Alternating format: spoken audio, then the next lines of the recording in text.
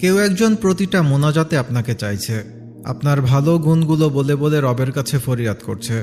সূরা ফুরকানের ৭৪ নম্বর আয়াত পড়তে পড়তে ক্লান্ত হয়ে পড়েছে। আপনাকে নিয়ে জান্নাতে থাকার স্বপ্ন দেখছে। আপনাকে চেনে না, জানে না, এমনকি কখনো দেখেনি অবধি, তবু আপনার জন্য টান অনুভব করছে। আপনাকে পাওয়ার আগেই সে আপনাকে ভালোবেসে বসে আছে। তবে আপনি কেন হতাশ হচ্ছেন? আপনিও চেয়ে যান না অজানা সেই জীবনসঙ্গীটাকে? খুব করে চান। রবের কাছে কেঁদে কেঁদে ফরিয়াদ করুন।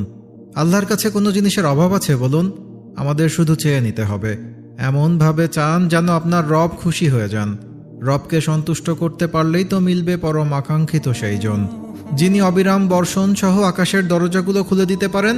তিনি আপনাকে আপনার পছন্দ মতো জীবনসঙ্গীও দিতে পারেন, যদি আপনি তার কাছে দোয়া করেন। والذين يقولون ربنا هب لنا من أزواجنا وذرياتنا قرة أعين واجعلنا للمتقين إماما। অর্থাৎ, হে আমাদের রব, আপনি আমাদেরকে এমন জীবন সঙ্গী ও সন্তানাদি দান করুন যারা আমাদের চক্ষু শীতল করবে, আর আপনি আমাদেরকে মুত্তাকিদের নেতা বানিয়ে দিন।